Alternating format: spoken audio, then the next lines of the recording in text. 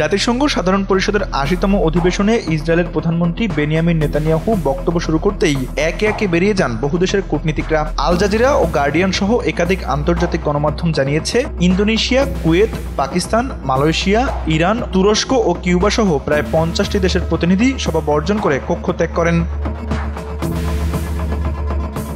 প্রধান উপদেষ্টার deputy press secretary Abul Kalam Azad Majumdar এক ফেসবুক পোস্টে জানান, নিউ ইয়র্কে সাধারণ পরিষদের অধিবেশনে নেতানিয়াহুর ভাষণ শেষ হওয়ার পর বাংলাদেশের প্রতিনিধি দল হলে প্রবেশ করে।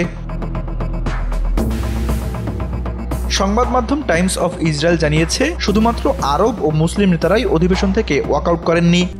RICL TMX, যুগের পর যুগ স্থাপনা থাকে মজবুত। তাদের সঙ্গে সঙ্গে কক্ষ থেকে বেরিয়ে যান আফ্রিকা ও ইউরোপের কয়েকটি দেশের কূটনীতিকরাও। ওয়াশিংটন পোস্টের প্রতিবেদনে বলা হয়েছে, ৫০টিরও বেশি দেশের শতাধিক কূটনৈতিক নেতানিয়াহুর বক্তব্যের সময় সভাকক্ষ থেকে বের হয়ে যান। যারা কক্ষে থেকে গিয়েছিলেন তাদের অনেককেই দাঁড়িয়ে হাততালি দিয়ে এই প্রতীকী প্রতিবাদকে সমর্থন জানাতে দেখা গেছে।